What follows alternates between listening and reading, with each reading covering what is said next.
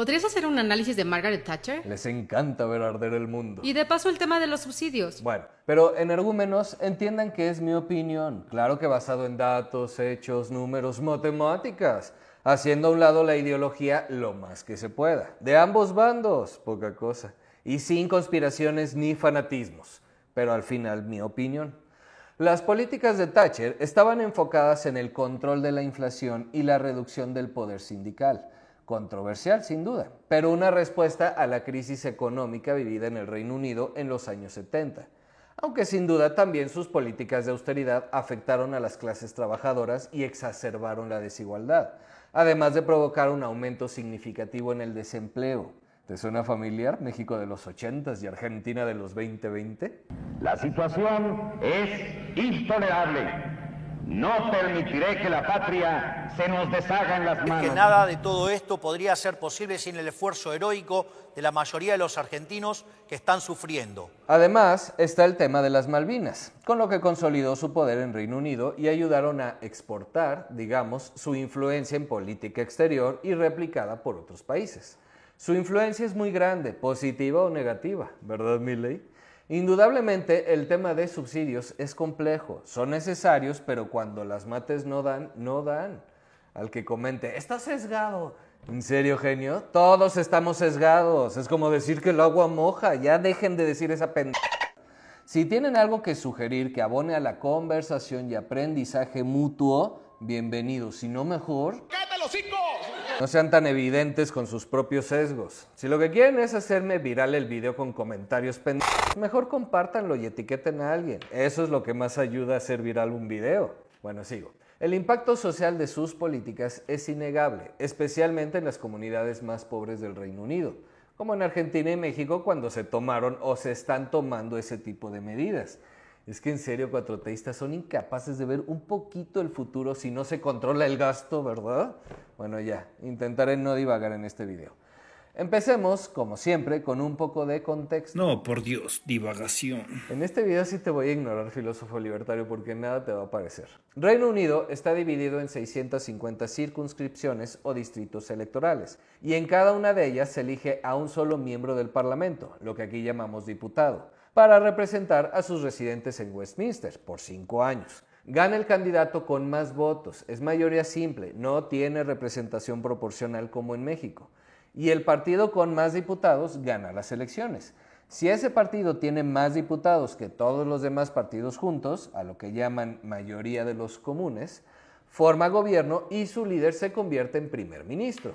O sea, no se vota por un primer ministro. Su elección se determina indirectamente por la composición del Parlamento. Y esta, aunque no lo crean, es la democracia aún vigente más antigua del mundo. Desde el 1215, ¿se imaginan? Y desde 1688, tras la Revolución Gloriosa, con el Parlamento estableciendo supremacía sobre la monarquía. Y por 40 años de crecimiento económico chino con su monarquía absolutista, sus fanáticos se emocionan, ternuritas. No me regañen, sigo. Si ningún partido obtiene esa mayoría, deben formar un gobierno de minoría o hacer un gobierno de coalición, aunque casi nunca ha sucedido eso. Personalmente me gusta este sistema, es simple y brinda estabilidad. Es fácil mantener el vínculo entre votantes y diputado. Lo entienden, eligen a su candidato, no al partido, y como generalmente forman mayoría, pueden poner en práctica su plataforma política. En otros sistemas con coaliciones se abre la puerta a negociaciones en lo oscurito. En serio, ¿quién vota por el Partido Verde? ¿No que no ibas a divagar? Perdón. Lo siento, muchachos. Voy a cerrar por un tiempo. Perdonen. Claro que quienes lo critican dicen que da poco margen para que entre a la competencia partidos pequeños. ¡Parásitos! Un partido grande puede tener muchos escaños sin una proporción particularmente alta de votos. Así que aunque millones de personas apoyen a un partido emergente, este no conseguirá escaños si no gana alguna circunscripción, desmotivando el voto. Lo valioso de la representación proporcional. Claro que si redactas leyes con las patas, ¿verdad, prianistas? De tal forma que queden abiertas a interpretación, alguien se puede aprovechar y sacar ventaja de eso en lugar de respetar el espíritu de la ley, que es dar voz a todos. ¿Verdad, cuatroteístas? Es que en serio, somos una caricatura de país. Divagación. Te odio. También se puede hacer un uso táctico del voto, respaldando a la persona que creen que tiene más posibilidad de derrotar a su candidato menos favorito, en lugar de apoyar a su primera opción. En fin, cuestión de gustos. Otro aspecto interesante es que, en principio, en Reino Unido se celebran elecciones generales cada 5 años, pero el primer ministro puede solicitar al rey permiso para disolver el parlamento y convocar a elecciones. Así que si rey y primer ministro están de acuerdo, pues pueden hacer cualquier cochinero. Esa parte yo la omitiría. Aunque en realidad casi nunca lo han hecho. Lo de hacer porquerías, disolver el parlamento a cada rato. Pero en serio, ¿quién mantiene una monarquía en pleno siglo XXI? Bueno, temas culturales, cada quien. Además de ingleses, chinos, coreanos, cubanos... Corea y Cuba no son monarquías, es la dictadura del proletariado luchando contra el imperialismo. Sí, lo que digas, ternurita. ¿En algún momento hablarás de Thatcher? Centenias, todo lo quieren ya. No saben disfrutar de una buena historia. Yo sí estaba en onda, pero luego cambiaron la onda. Ahora la onda que traigo no es onda y la onda de onda me parece muy mala onda y te va a pasar a ti. ¿Quién fue Margaret Thatcher? Pues nació en 1925, estudió química en Oxford y desde ahí inició su participación política al convertirse en la primera mujer presidenta de la Asociación Conservadora de la universidad. Se graduó, trabajó algunos años como investigadora, pero al mismo tiempo estudió leyes, especializándose en derecho fiscal. En 1959 fue electa miembro del Parlamento por el distrito de Finchley. Está al norte de Londres, búsquenlo en su celular. En 1970 fue secretaria de Educación y en 1975 fue elegida líder del Partido Conservador. En el 79, cuando el partido ganó las elecciones generales, fue nombrada primer ministra y ocupó el cargo hasta 1990, la única en el siglo XX en ganar 3 elecciones consecutivas. Su mérito tendrá, aunque hoy la odien muchos, yo incluido. Bueno, no, yo la verdad no la odio, solo no simpatizo con sus posturas. También la primera mujer en convertirse en un primer ministro del Reino Unido, nada mal. Pero hay que analizar las cosas sin conspiraciones ni fanatismos. Los años de la posguerra se caracterizaron por un fuerte intervencionismo del Estado, la estatización de las industrias, servicios públicos que crecían sin un crecimiento económico que sostuviera su financiamiento, déficit en las finanzas públicas y cosas por el estilo. 1979 fue en particular un año muy difícil. El invierno 78-79 se conoce de hecho como el invierno del descontento, por la situación económica sí, pero también por una percepción de un Estado ineficaz. ¡Ay, libertarios! El país estaba sumergido en una espiral de inflación, al mismo tiempo que había huelgas en fábricas, hospitales, transportistas, trabajadores de limpieza, la BBC. Los sindicatos exigían salarios más altos, incluso con demandas de incrementos del 40%. La economía estaba paralizada, hermanitos argentinos. Odian a los ingleses, pero son un copy-paste con 45 años de retraso. Ante este descontento con el gobierno laborista, Thatcher llegó al poder. ¿Qué nos pasará en el futuro? ¿Vamos a convertirnos en idiotas o algo así? No. Sin duda, el intervencionismo estatal y las políticas keynesianas anteriores a Thatcher contribuyeron a los desequilibrios económicos de la época. Como casi todo en la vida, no por las políticas en sí mismas, sino su mala ejecución. Es que, ¿cómo puedo explicarle a los fanáticos de cualquier bando? Una apendicectomía es necesaria si el paciente está enfermo, pero si en lugar de un bisturí usas un machete sin desinfectar para abrir y el cirujano es el doctor Sables, pues obvio tu paciente morirá. Eso no significa que la apendicectomía esté mal o sea una mala práctica. Y si como pacientes vamos con el médico más chafa pero con mejor marketing, pues... Son fanáticos, no van a entender, no divagues. Bien dicho. Bueno, las políticas monetarias de Thatcher fueron una respuesta directa a la alta inflación y el estancamiento económico de los 70s. Algo así como lo que nos pasará en los 2030 si siguen así cuatroteístas. Pero no divago, Claudia y Rogelio enderezarán el rumbo. Después de casi 30 años de gobiernos, digamos socialdemócratas, en general en Europa y Estados Unidos, aunque con asteriscos según la región, surgió Thatcher, producto de un movimiento al que llamamos neoliberal. Aunque a los liberales les cae que les digamos así. Pues sí, desaparecieron del mapa tras la Segunda Guerra Mundial, así que son nuevos liberales. Gracias por eso, por cierto. El liberalismo no provocó la Segunda Guerra Mundial, no digas mamá. Claro que no. Las condiciones de desigualdad e injusticia social fueron el caldo de cultivo para la manipulación política y el surgimiento del fascismo. Pero no lo van a aceptar nunca. En fin, sigo. Thatcher abogaba por una mayor independencia del individuo frente al Estado, al considerar que la intervención estatal era excesiva. Puso en marcha políticas de privatización de empresas públicas, desregulación financiera, permitió la venta de vivienda pública, redujo el gasto en salud, educación, vivienda, restringió la impresión de dinero. Es que también economistas, ¿cómo no quieren que surjan conspiranoicos si usamos esos términos? Restringió la deuda, para que me entiendan, acorde a la teoría económica monetaria de Milton Friedman, e impuso restricciones legales a los sindicatos. El video era sobre Thatcher, no sobre Milei. Por eso, copy-paste, aún no agarran la onda. El león, la dama de hierro, marketing político, me encanta. Empiezo a pensar que Homero Simpson no era el brillante político que yo creía. El monetarismo considera que la mejor manera de cumplir con los objetivos de la política monetaria consiste en enfocarse en la tasa de crecimiento de la oferta de dinero, o sea que las tasas altas de inflación se debían al rápido aumento de la oferta de dinero, con lo cual el control sobre la oferta de dinero era la clave para una buena política. En 1979, cuando el pico de inflación en Estados Unidos alcanzó 20%, la Reserva Federal cambió de estrategia y comenzó a operar de acuerdo con la teoría monetarista y obviamente funcionó, en el sentido de controlar la inflación. En Estados Unidos provocó una recesión severa a inicios de los 80s. En Inglaterra provocó aumento en el desempleo y mayor desigualdad social, especialmente en las comunidades obreras del Reino Unido. No quiero sonar arrogante, pero si tienes más dinero que bienes disponibles, o sea, yo sé que los nazis lo hicieron, pero respaldaron su emisión de moneda asegurándose de crear cosas con eso, o sea, riqueza real, bueno, robando oro. En serio, ¿le dieron el premio Nobel a Friedman por eso? ¿Y la Fed apenas se enteró?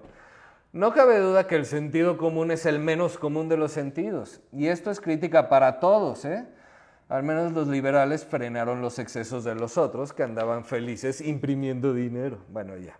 Al buen entendedor, pocas palabras. Otra vez, no es que las políticas de equidad y justicia social estén mal, pero con mates. Thatcher adoptó el monetarismo como arma contra los precios en aumento y logró reducir la inflación a la mitad, a menos de 5% en 1983. Además de la política monetaria, lograr la estabilidad también requería un fuerte ajuste fiscal. Se incrementó el IVA y se redujo el impuesto al ingreso. ¿Cedillo? ¿Ven cómo no son las políticas sino su implementación? De la Madrid y Salinas quisieron seguir la receta neoliberal, pero con las patas. La tercera fue la vencida. Lo que Thatcher logró en 4 años, a nosotros nos llevó 18. Somos una caricatura. En fin. Las políticas monetarias requieren un manejo cuidadoso para mitigar sus impactos negativos en la sociedad. A veces son inevitables. Los costos sociales de la implementación de esas políticas fueron altísimas en todos lados. Ay, hermanitos argentinos, aguanten vara. La cosa seguirá empeorando un rato antes de mejorar. Pero si se hace bien, en el largo plazo tendrá un impacto positivo. Pero sigo. Probablemente me den el Nobel de Economía junto a Demian, pero... Obviamente, también se redujeron los subsidios a las industrias y se privatizaron empresas estatales estratégicas como acero, telecomunicaciones, aerolíneas, Rolls-Royce. ¿Pero qué te han hecho Rolls-Royce? El objetivo era crear empresas más eficientes y aumentar la productividad. Para 1990 se habían privatizado 40 empresas y el empleo público pasó de representar el 9% a 2%. Se trasladó la responsabilidad y propiedad de muchas industrias. Se terminaron los monopolios naturales en la provisión de servicios públicos. Vean el video de las falacias de Milei. Había competencia y se incrementó el número de accionistas, aunque en la venta se reservaron acciones tanto para el gobierno como para los trabajadores y al público en general. Lo que es hacer bien las cosas. ¡Qué envidia! Vean el video de bolsa y especulación antes de comentar burradas la próxima vez que proponga que Pemex cotice en bolsa. El Estado no tiene que ceder el control, como lo hizo Thatcher, fue extremista, pero igual lo hizo bien. También se hicieron reformas a las regulaciones de relaciones industriales para reducir el poder de negociación de los sindicatos. A ver, aquí somos pro sindicatos, pero si piden estupideces, pues... Aunque no solo fueron las regulaciones lo que debilitó a los sindicatos, el desempleo e incremento en la competencia, incluyendo empresas extranjeras también. En cuanto al sistema financiero, se desreguló, se eliminaron los topes a las comisiones por transacciones, se permitió a las firmas extranjeras tener agencias de corretaje británicas y Londres se convirtió en una capital financiera casi a la par de Nueva York. En 1982 se creó el Mercado Financiero Internacional de Futuros y Opciones de Londres, y en 1986 se introdujeron las negociaciones electrónicas. Todo apunta a que las políticas de Thatcher lograron incrementar la productividad, es decir, el valor de lo que produce cada trabajador, mediante la reducción de ineficiencias y el incremento de la competencia. Todo de lujo, ¿no? Pues sí, excepto otra vez que ese incremento en productividad y crecimiento económico no se vio reflejado en la población general. En su último periodo, Thatcher perdió popularidad, también por su escepticismo sobre la entonces Comunidad Económica Europea, la cual en otros momentos había apoyado, sobre todo por el impuesto denominado poll tax para financiar a gobiernos locales. El objetivo era que todas las personas contribuyeran a financiar los servicios públicos locales. Era fácil de calcular y de paso servía para restarle poder a los laboristas a nivel local, ya que estos eran más proclives a ofrecer servicios públicos y por lo tanto usaban más recursos. Consistía básicamente en que todos los adultos pagaran una cantidad fija sin tener en cuenta sus ingresos o el valor de su propiedad, lo que lo hacía muy regresivo. Un duque pagando lo mismo que el obrero. Obviamente fue un desastre político. En serio, el sentido común nomás no se nos da, ¿verdad? ¡Atención, gente de fondo de bikini! ¡Ustedes han sido engañados! ¡Lo sabía! Provocó marchas violentas, disturbios, la negativa de las personas a registrarse y pagar, y cómo no, en tiempos de vacas flacas los amigos desaparecen. Su partido le retiró su apoyo y Thatcher renunció como primer ministra y líder del partido. Muere como héroe o vive lo suficiente para convertirte en villano. Pero así se la voló. ¿A quién se le ocurre esa burrada? Aún en nuestros días se hace referencia tanto a sus políticas como a su forma de gobierno, el thatcherismo. Reino Unido continuó siendo un país que apoya el libre mercado, algo así como AMLO apoyando el TEMEC. O sea, lo que funciona, funciona, por muy de izquierdas que seas. Y la economía británica creció considerablemente bajo este modelo económico. El Partido Laborista de los 80s y principios de los 90 se movió a la derecha, coincidiendo con sus políticas, ¿verdad, Morena? Aunque tratando de recuperar un poco de los beneficios sociales perdidos. Los gobiernos del llamado Nuevo Laborismo, con Tony Blair y Gordon Brown, fueron descritos como neothatcheristas. Naturalmente hay detractores que señalan que si bien logró transformar una estancada economía y restableció la influencia del Reino Unido en el mundo, el desempleo, pobreza y desigualdad generados no se pueden ignorar, obviamente. Un claro ejemplo de lo complicado que es definir objetivos de crecimiento económico y redistribución al mismo tiempo, y ser exitoso en el intento, ¿verdad, China? En serio, esos fanáticos de China, bueno, no, me omitiré mis comentarios en este video, ya estamos preparando el video de China, se van a caer. Pero por lo pronto, tasa personalizada del tío al que sepa decir quién tiene la deuda corporativa más grande, China o Estados Unidos, y del dato aproximado más exacto por si hay varios comentarios. No cabe duda que cada quien ve lo que quiere ver. No lo sé, tú dime. ¿Y lo de los subsidios? Los subsidios son una herramienta indispensable para corregir fallas de mercado, aunque algunos libertarios digan que no existen. En particular, son necesarios en sectores clave como la agricultura y la energía, especialmente en el bienestar social. Pero como todo en la vida, si no se gestionan adecuadamente, pueden llevar a ineficiencias económicas y distorsiones. En el contexto del Reino Unido, Thatcher consideró los subsidios insostenibles y no le faltó razón. Era necesario para revitalizar la economía, aun con sus costos significativos. Una vez implementadas las políticas de austeridad y reducción de subsidios, deben ser seguidas inmediatamente de políticas que mitiguen sus efectos negativos.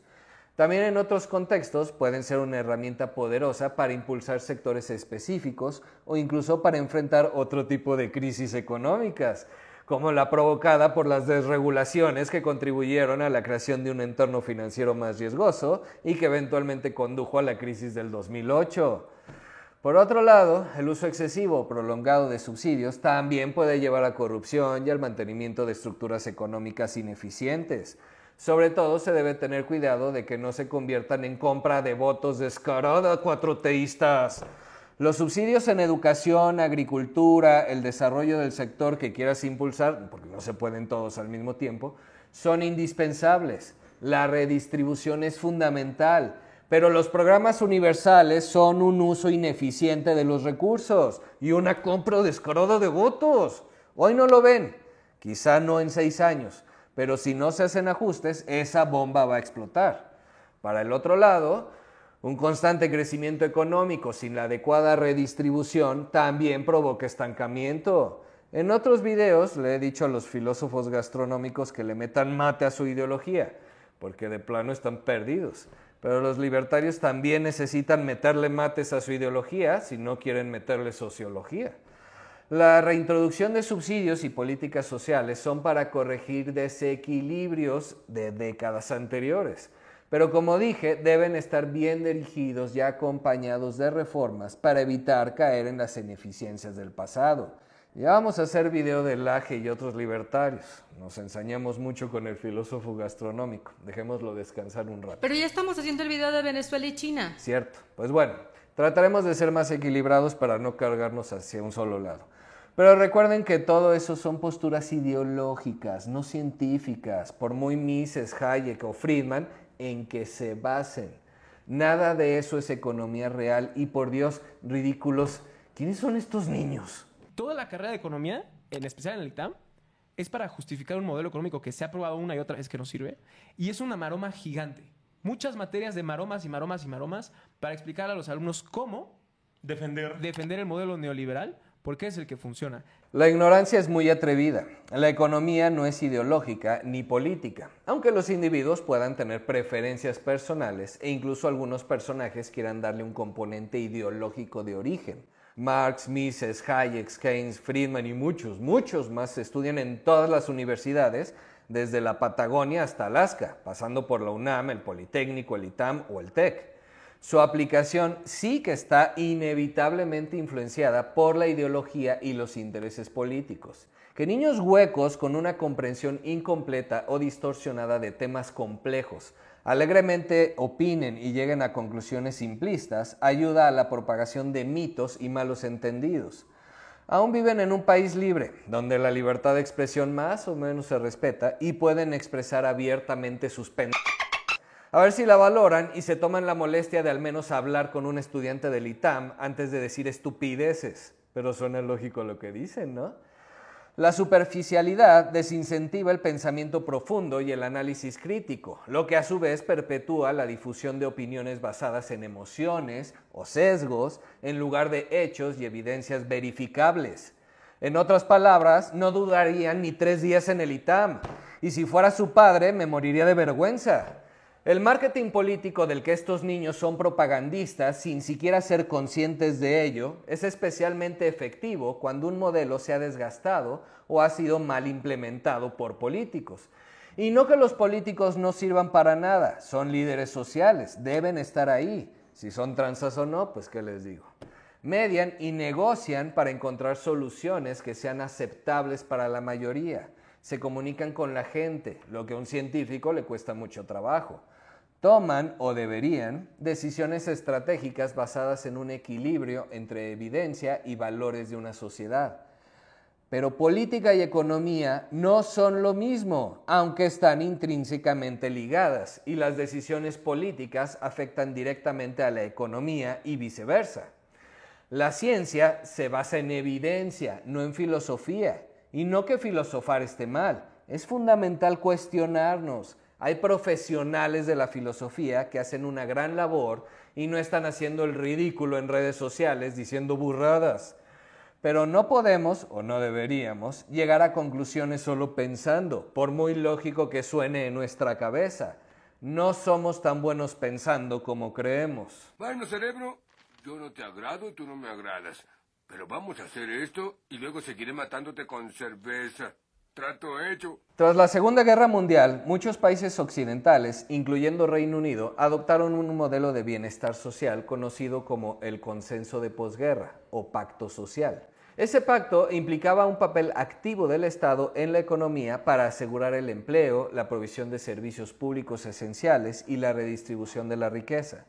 Sin embargo, con el tiempo, el modelo mostró grietas, como ya mencionamos, por ineficiencias, deuda pública, corrupción y lo que gusten sumar, lo que se reflejó en inflación, déficit fiscales y la ineficiencia de las industrias estatales, con resultados mixtos en diferentes países. En ese contexto surgió Margaret Thatcher y el neoliberalismo, aunque no les guste que se les llame así.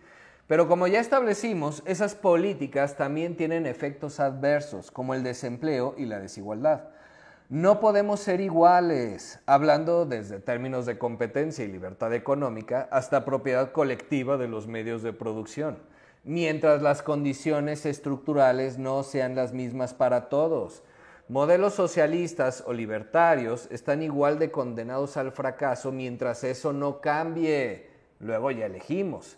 Y los cambios sociales tardan décadas o siglos. Los pactos globales de derecha o izquierda, como la Agenda 2030 o el ya mencionado, que los conspiranoicos siempre verán como la prueba de que una élite amorfa que involucra a millones de personas quiere controlarnos, cómo se ponen de acuerdo no queda claro, son caldo de cultivo para fanatismos políticos. Y por supuesto, habrá grupos de poder que intentan jalar agua para su molino, patrocinando a tal o cual corriente. Lo que nos queda a nosotros es estar informados, contrastar la información, aprender de las experiencias y, por supuesto, ocúpate de tus finanzas personales, que esa es la ideología, no las va a salvar. ¿Y las Malvinas? Tenías que preguntar en otro video.